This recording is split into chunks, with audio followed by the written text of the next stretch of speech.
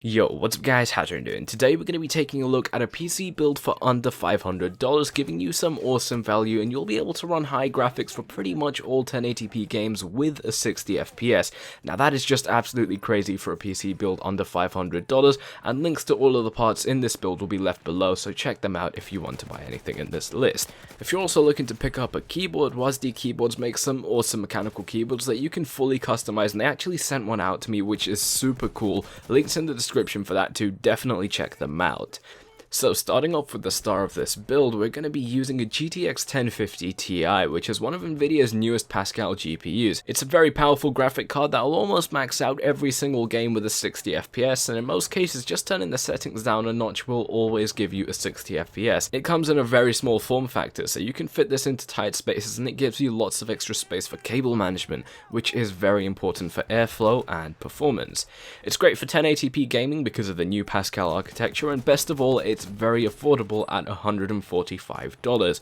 We would have never seen a card this powerful at such a low price before, and it's actually pretty damn crazy that they've got this so powerful at this price point. Since we have such a small GPU here, I've decided to go for a micro ATX build because I feel like micro ATX is the way to go moving forward. All tech devices are getting smaller, so why not our high-powered PCs? We've got the Gigabyte H11TA for our motherboard. It's a very reliable motherboard, and it's actually pretty cheap because of the H1110 chipset.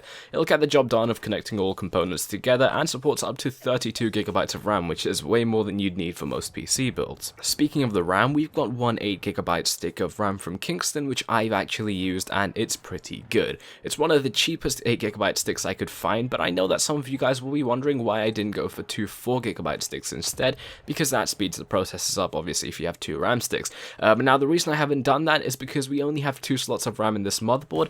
I wanted to go for one 8 stick, just in case you want to upgrade in the future. 16GB of RAM is slowly becoming a standard in PC games, so this PC will be great in terms of future-proofing.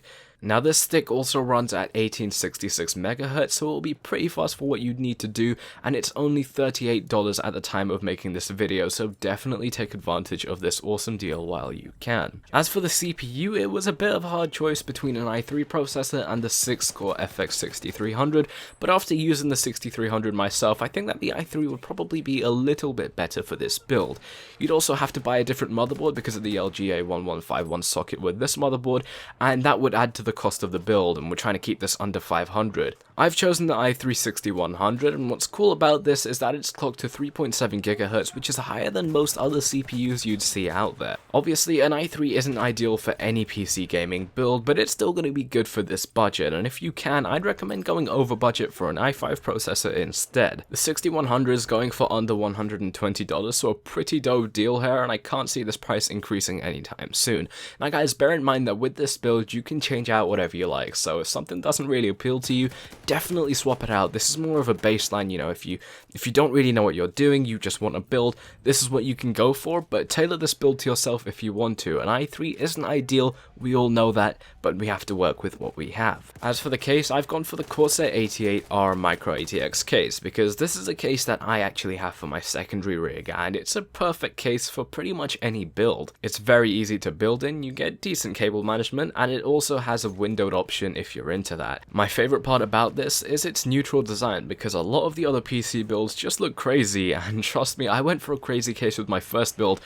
and I'm never doing it again. It's only $50 right now, and for a case at this quality, it's definitely worth spending that much for it. Now that said, there are lots of other choices to choose from. If you want to keep your costs low, you can pretty much get the same size case for half the price, and it would still be relatively decent, so if you're trying to keep your costs low, definitely go for that. The power supply doesn't matter a huge bunch as long as you get one from a good brand and that can power your build with enough headroom, so we've gone for the 500 watt EVGA power supply, and that's at $40. It's a pretty standard pick. I've ran a 500 watt power supply from this company and no complaints. $40 is around about the same price for most power supplies from good brands, so I don't think it's too bad of a price. Lastly, the traditional Western Digital 1TB hard drive. There's no way to go wrong with this. It's the most popular storage device for all PCs because of its reliability, compatibility.